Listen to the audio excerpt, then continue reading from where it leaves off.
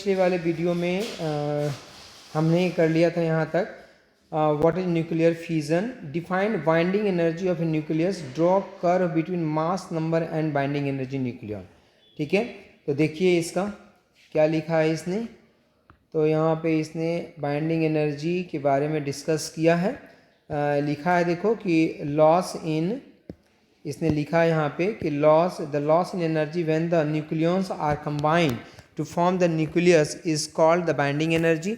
और पूरा एक्सप्लेन भी किया है कि कैसे कैसे एनर्जी जो मास डिफेक्ट होता है और मास डिफेक्ट इनटू सी स्क्वायर जो होता है एनर्जी होता है, इसके बारे में इसने पूरा एक्सप्लेन भी किया है। और फिर जा कर के यहाँ पे बाइंडिंग एनर्जी का कर्व ड्रॉ किया है। ये देखो हमने कर्व बनाया था, एक्चुअली कर्व थोड़ा ऐसा होता है बेटा, इसने ये बना दिया था कर्व इस तरह से। कर्व ऐसा नहीं होता है बेटा, जो आयरन होता है जो देखो यहाँ पे मास नंबर भी इसने गलत लिख रखा है, आयरन का 56 होता है। तो यहाँ पे आयरन का सबसे मैक्सिमम अगर बाइंडिंग एनर्जी दिया है तो यहाँ पे 56 आना चाहिए था, यहाँ पे 56 आना चाहिए था। और इसको यहाँ से थोड़ा नीचे हो जाता है बेटा कर्व। ठीक है, तो ये ध्यान देंगे इस क्वेश्चन में। उसके बाद पी टाइप सेमीकंडक्टर के बारे में है कि when P type PN junction के बारे में है क्वेश्चन। देखें हम यहाँ पे, तो इस क्वेश्चन में है, नेक्स्ट में है कि how is PN junction diode form, discuss the working of full half wave rectifier. Half wave rectifier के बारे में यहाँ पे आपसे पूछा गया है। ठीक है, पीएन जंक्शन कैसे बनता है और हाफ वेव रेक्टिफायर क्या होता है उसके बारे में पूछा गया है। तो देखिए यहाँ पे ये देखो बच्चे ने किया है, बहुत अच्छा बनाया है इसने डायग्राम वगैरह। लेकिन एक चीज़ इसमें थोड़ा सा और बना सकते हैं कि पी टाइप में अगर हम यहाँ पे होल दिखा दें, ठीक है, और होल दिखा दें और इलेक्ट्रॉन के बारे में दिखा दें कि बीच बीच में यहाँ पे पी टाइप में कुछ इलेक्ट्रॉन्स भी होते हैं, लेकिन मेजॉरिटी जो होती है होल की होती है। या आप इससे नहीं तो पॉजिटिव चार्ज से दिखा, पॉजिटिव नेगेटिव करके दिखा दो। पी टाइप में क्या होता है, पॉजिटिव होता है मेजॉरिटी, और नेगेटिव भी एक दो डाल देंगे। और एन टाइप में मेजॉरिटी क्या होता है, नेगेटिव होता है, और माइनॉरिटी क्या होता है, पॉजिटिव होता है। तो ऐसे करके भी आप इसको दिखाना चाहिए आपको। उसके बाद है half wave rectifier. Half wave rectifier जो है यहाँ पे, ठीक है, हाफ वेव रेक्टिफायर के बारे में देखो एक्सप्लेन किया है इसने, डायग्राम बनाया है। ये भी अच्छा डायग्राम है, अदरवाइज आप ऐसे भी सिंपल डायग्राम बना सकते हैं इसका। यहाँ से इस तरह से ले करके और यहाँ से इस तरह से ले करके, और यहाँ पे एक डायोड लगा देंगे हम यहाँ पे, और यहाँ पे जो होगा हमारा लोड, यहाँ पे लोड हो जाएगा। ठीक है, यहाँ पे लोड लेकर के हम इस तरह से भी यहाँ पे बना सकते हैं। ठीक है, तो ये भी आप बना सकते हैं, यहाँ पे आपको आउटपुट मिल जाएगा। इसने जो डायग्राम बनाया है ये भी सही डायग्राम है, अच्छा डायग्राम है। इसने ट्रांसफार्मर बनाया, एक कॉइल दूसरा कॉइल हो गया। देखो एसी का सिंबल दिया है कि एसी आ रहा है, यहाँ पे डायोड लगाया है, यहाँ पे लोड रजिस्टर लगाया है। ठीक है, तो ये डायग्राम देखो कितना अच्छा बनाया है इसने। एसी का इनपुट हाफ वेव है बेटा, तो एक हाफ में आउटपुट आपको मिलेगा, दूसरे हाफ में आपको आउटपुट नहीं मिलेगा।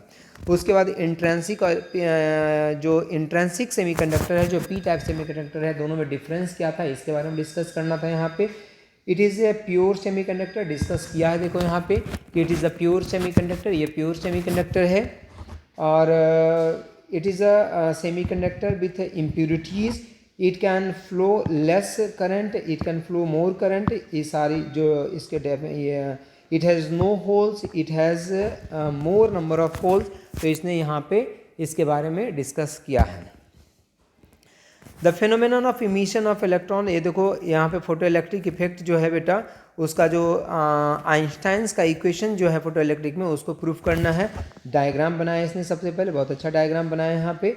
उसके बाद इसको एक्सप्लेन करके यहाँ पे देखो finally K max equal to H into nu minus nu naught, जो कि आइंस्टाइन का बहुत ही इम्पॉर्टेंट रिलेशन था, इक्वेशन था यहाँ पे आइंस्टाइन का।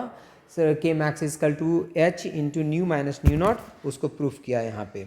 नेक्स्ट में देखेंगे तो न्यूमेरिकल था, उसमें आपको रेजिस्टेंस गिवन था, temperature T equal to 147 degree Celsius पे इतना ओम गिवन था, और R0 जो 21 डिग्री सेल्सियस पे इतना ओम गिवन था। आपसे अल्फ़ा की वैल्यू पूछा था, तो हम जानते हैं कि R इक्वल टू, हमारे पास फार्मूला देखो, फार्मूला लिखा है बच्चे ने ऊपर में, R इक्वल टू R0 होता है, नीचे नहीं, ऊपर नहीं, नीचे लगाते हैं हम इसको। R0 into 1 plus alpha T minus T not, value put किया, अल्फा की वैल्यू यहाँ पे फाइंड उसने किया है। अब सेक्शन डी है बेटा, सेक्शन डी में जो आपके लॉन्ग आंसर टाइप क्वेश्चन है यहाँ पे।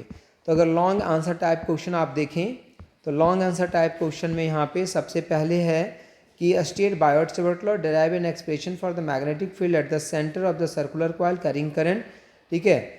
स्टेट हाइगन्स प्रिंसिपल है, डिस्क्राइब कंपाउंड माइक्रोस्कोप है, derive expression for average power in LCR है, and give the construction working of a transformer है।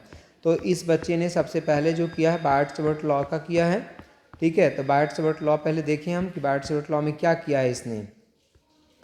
तो देखो बायोट-सेवर्ट लॉ में इसने बड़ा अच्छा लिखा है कि D B is directly proportional to I, D B is directly proportional to D L, लेकिन इसने डायग्राम नहीं बनाया। मैं आपको एक सुझाव दूंगा बेटा यहाँ पे कि यहाँ पे एक डायग्राम जरूर बनाए कि this is equal to current, current I flow कर रहा है यहाँ से point, this is point P, this angle is theta, और यहाँ से आर डिस्टेंस पे हमारा यहाँ पे पॉइंट पी पे मैग्नेटिक फील्ड की वैल्यू, ये दिखाएं जरूर ये डायग्राम, ठीक है। और यहाँ पे ये भी दिखाएं कि यहाँ पे जो मैग्नेटिक फील्ड होगा इनटू द प्लेन होगा, क्योंकि इससे एग्जामिनर को पता चल जाता है कि बच्चे को पूरा डिटेल में नॉलेज है, ठीक है। और डायग्राम देखने के बाद ये सब फिर नहीं पढ़ने जाता है कि कितना कि आपने कितना सारा लिखा है। डायग्राम से सारा पता चल जाता है कि डायग्राम में आपने बनाया है, इसका मतलब आपको आता है, ठीक है। तो ये डायग्राम इसमें ज़रूर मेंशन करें, हमने नोट्स में भी कर रखा है। उसके बाद ये देखो सेंटर पे मैग्नेटिक फील्ड निकाल रहा है, सही किया इसने। यहाँ पे एक स्मॉल एलिमेंट ले लिया DL, और इसके कारण मैग्नेटिक फील्ड, तो इसमें करंट भी दिखाना चाहिए था इसको कि करंट फ्लो कर रहा, आई करंट फ्लो कर रहा है, क्योंकि इसने मैग्नेटिक फील्ड आई थिंक देखो ऊपर ये दिखाया है आपको, डॉट दिखाया, डॉट का मतलब है कि अपर डायरेक्शन में, तो अपर डायरेक्शन तो इसका मतलब करंट का डायरेक्शन इसका ये होगा, तो करंट का डायरेक्शन नहीं दिखाया था इसने।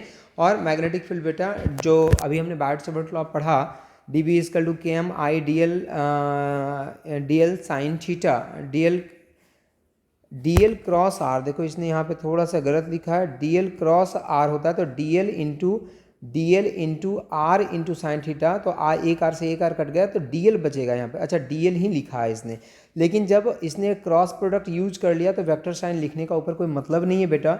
जैसे डी एल क्रॉस आर हम लिखते हैं, लेकिन जब हमने D L R into sine theta लिख दिया, क्रॉस प्रोडक्ट की जगह पे हमने साइन थीटा ले लिया, जब हमने क्रॉस प्रोडक्ट की वैल्यू पुट कर दी वहाँ पे, तो अब वहाँ पे डी एल के ऊपर वेक्टर साइन लगाने कोई मतलब नहीं रह जाता है। उसके बाद इसको सॉल्व किया, उसके बाद इसने यहाँ पे समेशन करना था, इंटीग्रेशन की जरूरत नहीं है, समेशन किया इसने, और यहाँ पे finally mu not I upon 2r इसकी वैल्यू आ गई है। उसके बाद हाइगन्स प्रिंसिपल था, जहाँ पे लॉ ऑफ रिफ्रैक्शन को प्रूफ करना था, स्नेल्स लॉ को। तो देखो सबसे पहले इसने हाइगन्स प्रिंसिपल को डिस्कस किया है, ठीक है, सेकेंडरी वेवलेट्स वगैरह के बारे में बताया है।